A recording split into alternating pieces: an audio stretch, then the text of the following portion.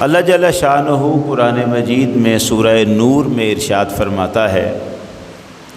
ان الذین یحبون ان تشیع الفاحشۃ فی الذین آمنوا لہم عذاب علیم فی الدنیا والآخرہ۔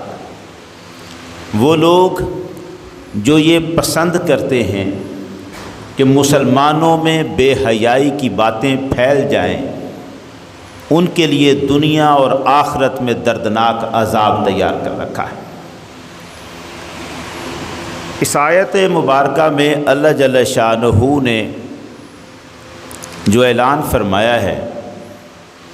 ایسے لوگوں کے بارے میں ہے جن کو بے حیائی کی باتیں کرنا اور ان کو ایک دوسرے تک پہنچانا اچھا لگتا ہے۔ فحش گفتگو، عریانی والی گفتگو، عورتوں کے بارے میں گندی گفتگو، یہ بے حیائی کی جو گفتگو ہے، ایسی گفتگو کرنے والے اور پھر اس گفتگو کو دوسروں تک آگے پہنچانے اور پھیلانے والے، پروردگار عالم فرماتا ہے کہ جو ایسا پسند کرتے ہیں ان لوگوں کے لیے دنیا میں بھی رسوا کن عذاب ہے اور آخرت میں بھی دردناک عذاب ہے ان کے لیے۔ یہ جو میں نے آیت مبارکہ آپ کے سامنے پڑھی ہے، اس کی ضرورت کیوں پیش آئی؟ سورہ نور میں پروردگار عالم نے اسے ایک خاص پس منظر میں نازل فرمایا ہے، لیکن میں آپ کی توجہ اس امر کی طرف دلوانا چاہتا ہوں کہ آج ہم جہاں جس معاشرے میں کھڑے ہیں یہ وہ معاشرہ نہیں ہے جو محمد عربی کی نگاہ میں پسند تھا۔ جو سرکار دو عالم صلی اللہ علیہ وسلم چاہتے تھے کہ معاشرہ ایسا ہونا چاہیے، لوگوں کا رویہ اور کردار ایسا ہونا چاہیے، آج ہم اس ڈگر سے ہٹ چکے۔ سرکار دو عالم صلی اللہ علیہ وسلم نے ہمیں جو تعلیم دی ہے، آپ کی منشا یہ ہے کہ ہماری گفتار میں بھی طہارت ہو، ہمارے کردار میں بھی طہارت ہو، ہم بولیں تو اس میں بھی پاکیزگی ہو، ہم سوچیں تو اس میں بھی پاکیزگی ہو، ہماری سوچ، ہمارا کردار، ہماری حالت، ہر جگہ گفتگو وہ پاک ہو، پاکیزہ ہو۔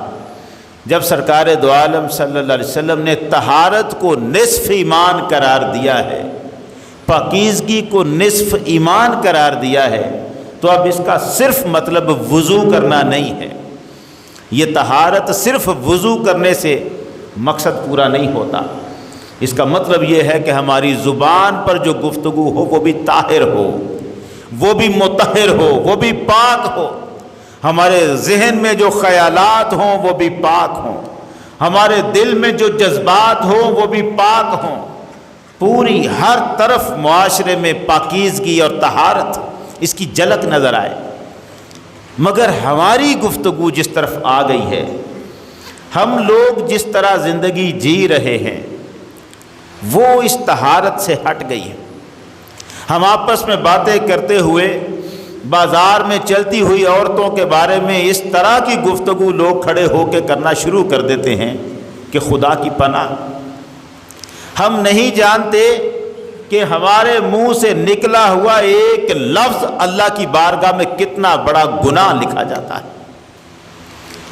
پاک دامن عورتوں پر بدچلنی کا الزام لگانا وہ جرم ہے کہ اسلام میں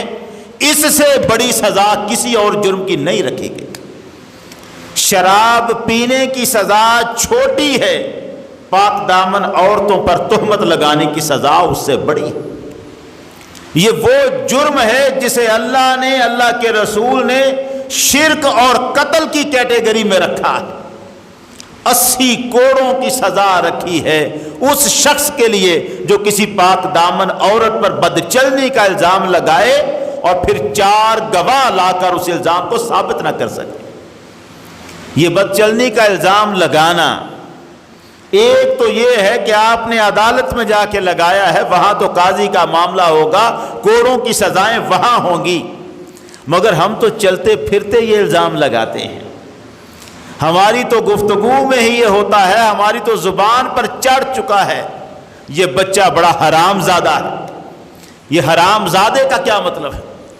اس کا مطلب یہ ہے کہ آپ اس کی ماں پر بد چلنے کا الزام لگا رہے ہیں جب آپ کسی کو حرام زادہ کہتے ہیں۔